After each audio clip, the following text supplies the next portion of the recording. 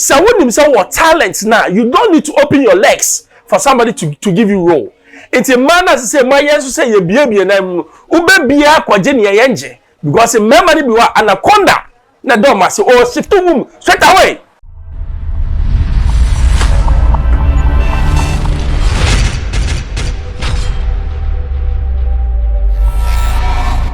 Hello, hi Xposed Ch0pped Pacha from Bembro, so I'm now from here. Meji with two. Unsubscribe ya subscribe my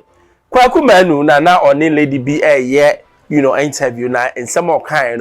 na very fascinating. Maybe I say be ma de oba be na sell kakra ma wa hwe ya obeto mu. Anana me ya adwen. Asem no kind Pacha say movie directors ni movie whatever actors ni maybe on ma ye to am sinti dua. Obi won so ana ono ankasa no oyemre tutu ne sinti dua na ebefa. Na ono de o so onyamre because girl no niam ye na esa ka afa ba mfa person ko tie interview ni ba ba ye bebo room we say me bi man hye mo so anka obewe me any dem pa cho men ka o kakra kai me kakra okay me ka ne kakra no ho na sister me nim ne da no send o bobo me high bra manage movie pictures I would de bre me nyinala aye sentidua pictures me kai ahwe de makai afre wakai pictures I would send de bre me nyina unufu ha wotuni nam say eh ge be ni ade dia adwene ba wotim oh hwe amba me oh kan kore me pacho me peso kan kore na za san fidie we bia na wasusum stars ni bebre omunya wi anso na do mato lesson so aju me de adwonboni bam team starting the adwonboni bam team pa so be we me pa try say me be we say de wo kana what the be card list no ha but later on anya adwuma na me say me fro say me godfather hey abena mo wani na ho because picture na me hu ya nyete say de ohwe Ghanaian movie ne de beat ato ase me bia picture na gbegbegbe hu say de wasi bi de oto amame ne say de wo twetwa pictures na me say ah na wanya me obewe me enti so ohwe ya man feel be week kwa na me feel na so ba back bi mbra me patcho mpese me from but true wo so no ana me yakọ start de enti ama me yakọ start swapping eyewo because tama me show pictures na da na from catch say me wakra e bia Fridays after me Friday na no petututu ana me friend ana o frame me na me say ah na say wani abre so pese oye dey wo ye isini it is short videos na ka be do kotwa but e kodu ana story ne sesan am say me do twa eye swapping eti wi obi ana ye dey wanya dey wi oni be ma da dey na wonya film so oni be ma da wo ba no waje feeling na be ma no so agi ne feeling ana so bi won so oni be ma da o ne da fuska eti me ka oni be da for dey oh they say am no better ka oni me better because na me interested wo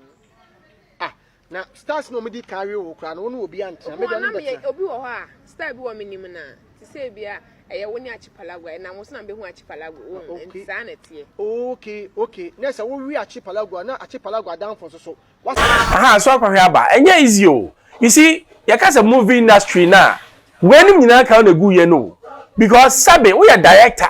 na oba the picture say be kire na wo hwe girl so ote wa wo say okura niam ni bi ni nufu kakra ho eto ni kakra ho na nto ni kakra ho we are movie director your friend be casting so we funny pa for a role why hwe ye no kofa bad person because of so akwati ye nti but nye ya mema de sa ne boy ye Adam Crawford ye nye ne be fall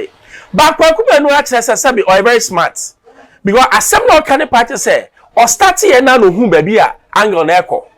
uye bema na wo limelight ma say hu where something is going and yes sir asameto ni enti ameye we ni see ye was stars be bre ne oma fall obi won ma enye se ono no kopa oba no ba sabe oba ne bae ba wodi wo aka no de no kan wi o so wa rape me oba kakra na jail na so akoda me nkai ma Mike Tyson ni na jail no akoda because of yes BBO rape but enye rape but ewiase no say obade ne ho emma no does not mean to take advantage of yes and utina me no I don't really buy into the idea say or run on am hu here wa run no ho a wa ka se bra na bedi Wona happen akodi ye. Ba Kwaku Manu a che say on the owo ho kra ondi. Na when na ekwafo bi suka say eh na Kwaku Manu ana utimi mu aduma ni tina so yire jawi enye sa ne integrity ehu hia no. Integrity ninti wo so no de wo boa wo pa wo hu nyina na naked onya onye eno so nche se Kwaku Manu ompe ma o ebi wa na lady ne so nya ni taste because when the taste am you say ene anka wura se ne ba ma ni tie de anka be e ma na ma ba ni see let me tell you something your body na nya me de amam no enye for fame obia ororo no for fame no ene uhu sa nipa na eye mobo and they couldn't even achieve the fame because when me say obi hu wi a na me ka say mema role a me hu wi a up to me say mema role na say mema role no say when say what talent na you don't need to open your legs for somebody to give you role it's a man as say my yes say ye bie na mu ube bia kwaje ne ye nje because mema ni bi wa anaconda na do ma say oh shift wom straight away it's mpacho you munya study oh kwa wo talent na kwa movie oh ya nyame be hirawo I expose the from bros pacho o subscribe ya subscribe no be so nya mehwe Manu asi bye bye Wem say me be man hye mo so anka obewe me Any dem pacho men ka o kakra kai me kakra okay me ka ne kakra no ho na sister me nim ne da no send o bobo me high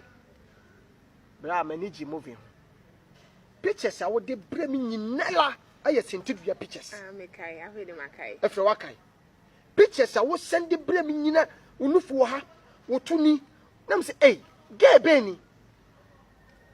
ade dia adwene ba wotim oh hwe amba me oh kan kore me pacho me peso kan kore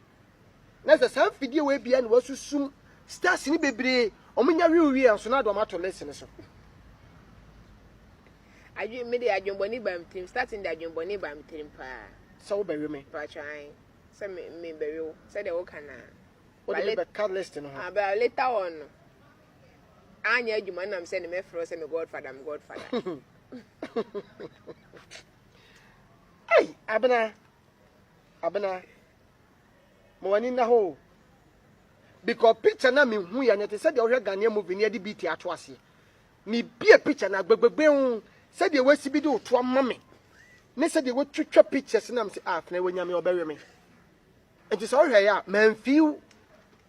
be week